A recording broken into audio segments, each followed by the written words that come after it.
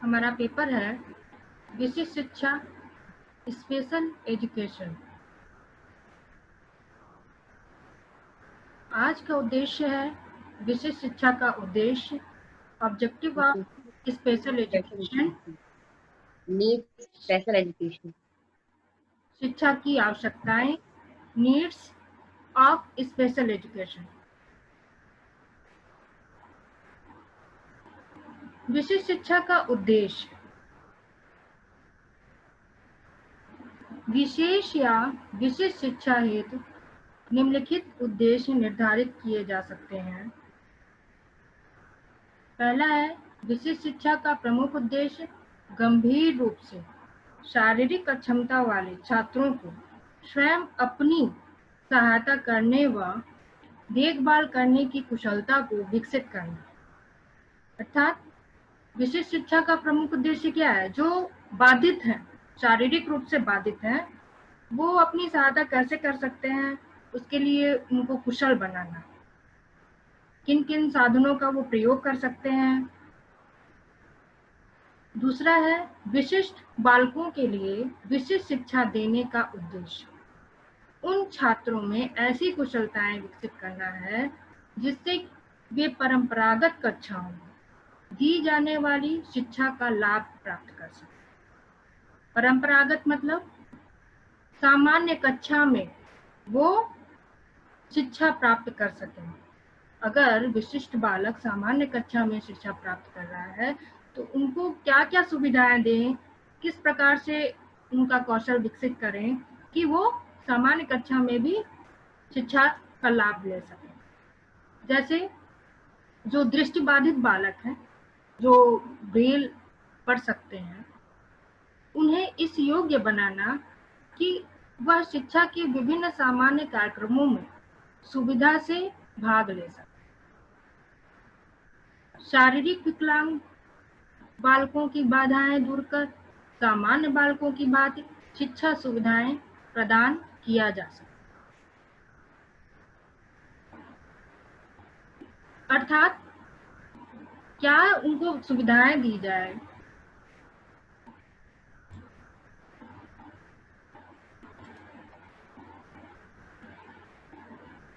किस प्रकार से वो अपनी बाधाओं को दूर कर शिक्षा प्राप्त करें, यह सारी चीजें विशिष्ट शिक्षा द्वारा ही उन्हें ज्ञात हो सकता है। विशिष्ट शिक्षा का उद्देश्य विशिष्ट बालकों की विशिष्ट आवश्यकताओं को पूरा करना होता है।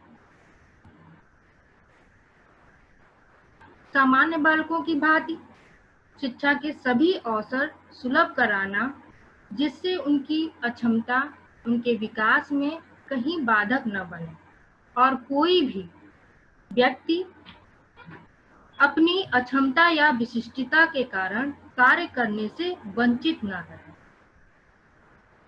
जिस प्रकार सामान्य बालक शिक्षा प्राप्त करते हैं, विशिष्ट बालक, बाधित बालक को भी उन सुविधाओं को उपलब्ध कराना जिससे वो शिक्षा के समान अवसर प्राप्त कर सकें।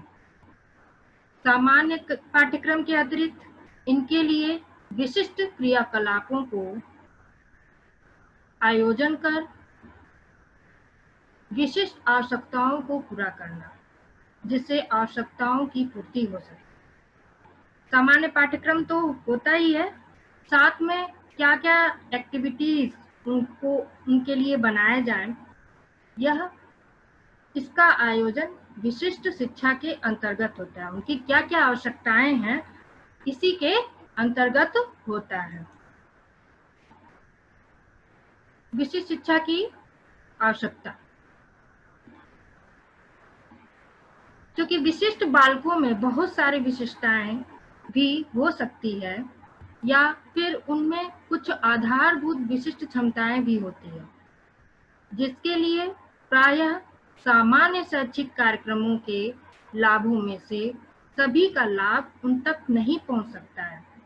अतः उनके लिए शिक्षा के विशेष कार्यक्रम बनाने पड़ते हैं जो उनकी क्षमताओं के अनुरूप है।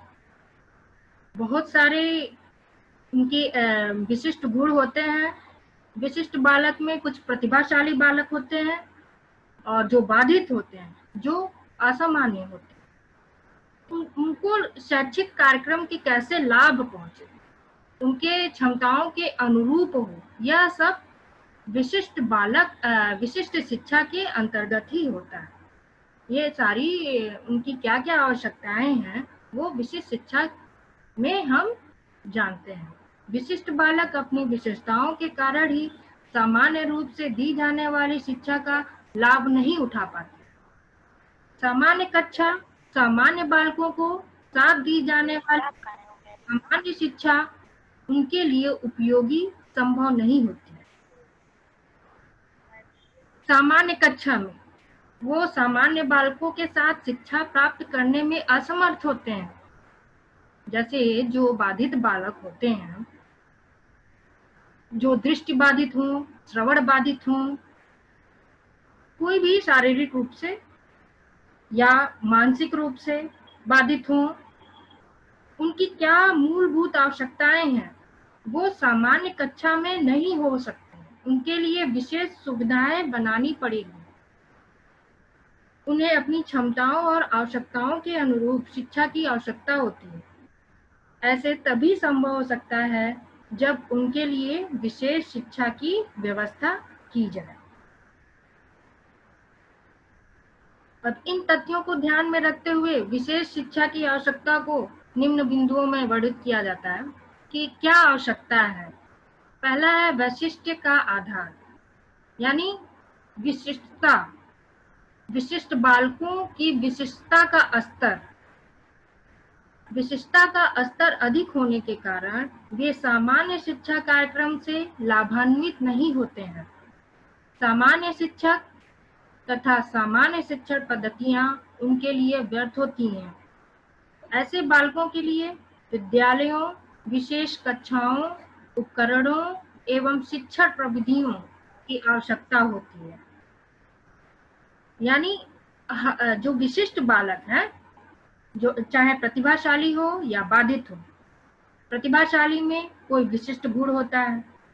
प्रतिभाशाली सामान्य कक्षा में अगर शिक्षा प्राप्त करें तो उनका उतना विकास नहीं होता जितना होना चाहिए। लेकिन अब बाधित की बात करें, वो अगर सामान्य कक्षा में शिक्षा प्राप्त कर रहे हैं तो ऐसा नहीं हो सकता कि वो सामान्य की तरह वो अच्छे से शिक्षा प्राप्त कर सके। इसके लिए उनको विशेष सुविधाओं की आवश्यकता होती है। मानसिक ग्रंथियां, कुंठाओं व नैराश्य को कम करने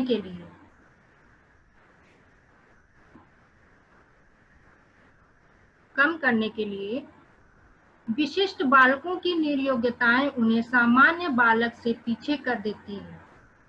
यह एक मनोवैज्ञानिक तथ्य है कि इन बालकों में हीन भावना छिपी रहती है। यानी जो बाधित बालक हैं उनके अंदर कुंठा, नैराश्य की भावना, ये सब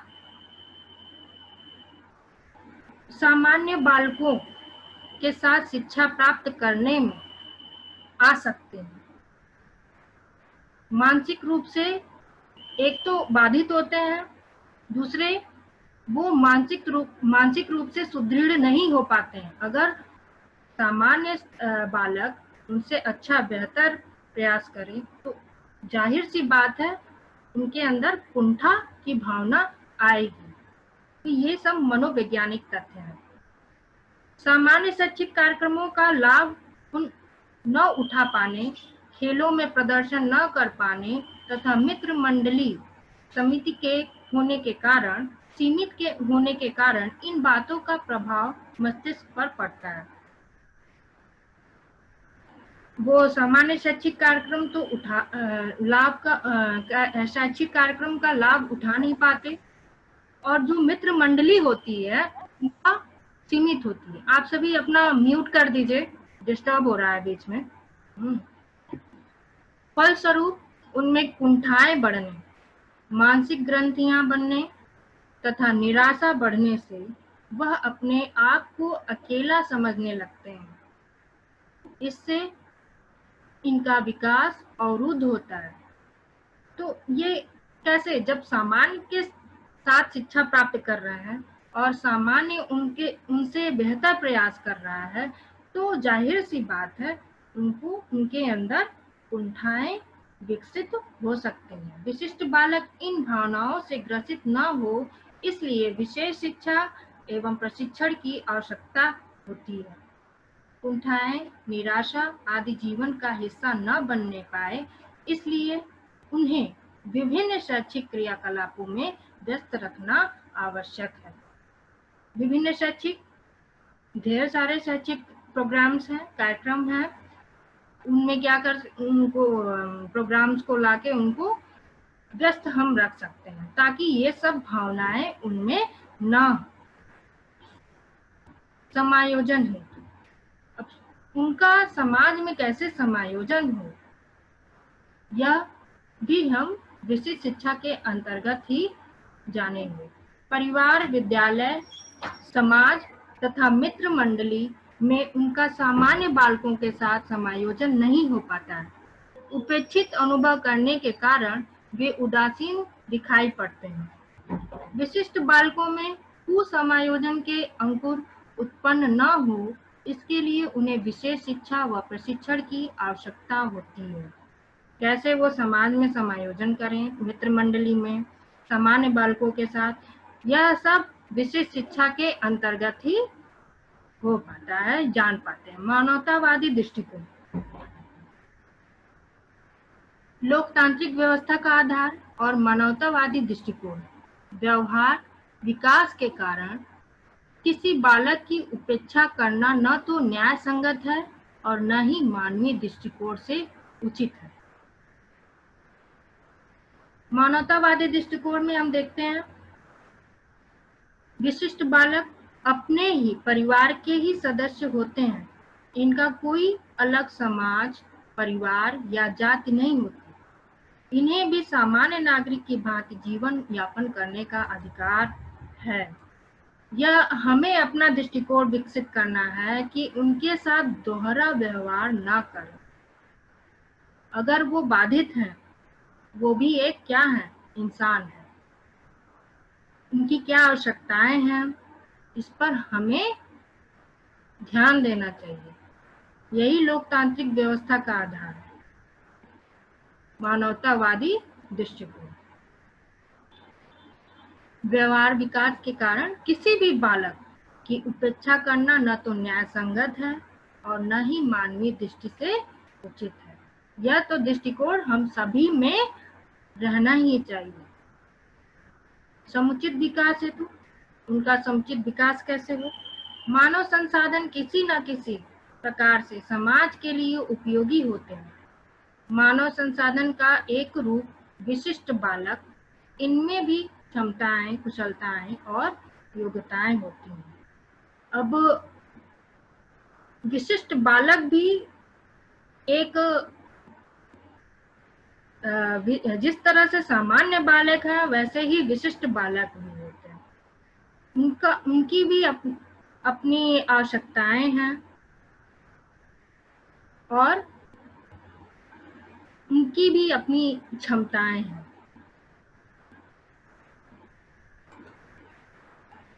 यह समाज का उत्तरदायित्व है कि उन्हें विकसित करने का अवसर प्रदान करें। यह हमारा ही उत्तरदायित्व है कि कैसे उनका विकास हो। विशिष्ट बालक सामान्य के साथ कैसे सामंजस्य स्थापित करें, यह समाज का उत्तरदायित्व है।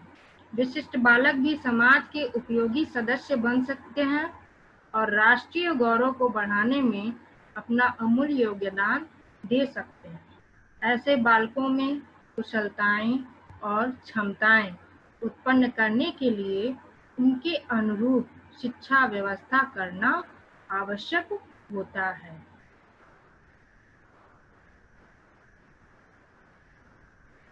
तो हम यहाँ देखते हैं कि विशिष्ट बालक के उद्देश्य क्या हैं और आवश्यकताएं क्या हैं। उद्देश्य में हम लोगों ने देखा कि विशिष्ट बालक की जो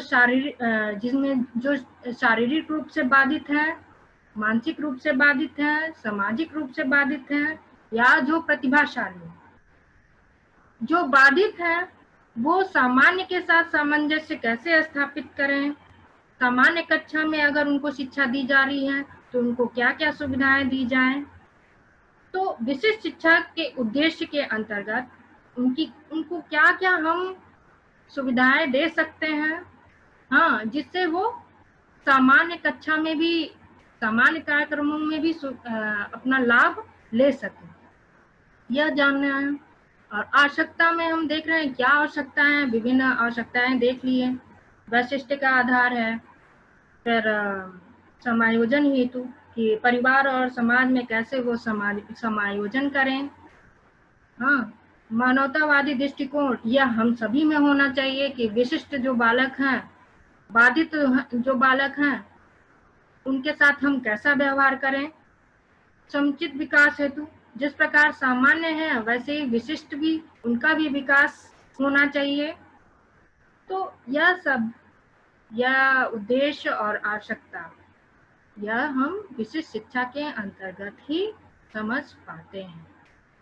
तो ठीक है, आज की क्लास यही रहते हैं, और कोई दिक्कत है तो चैट बॉक्स में आप कमेंट कर दीजिए। ठीक है, thank you. Thank you ma'am.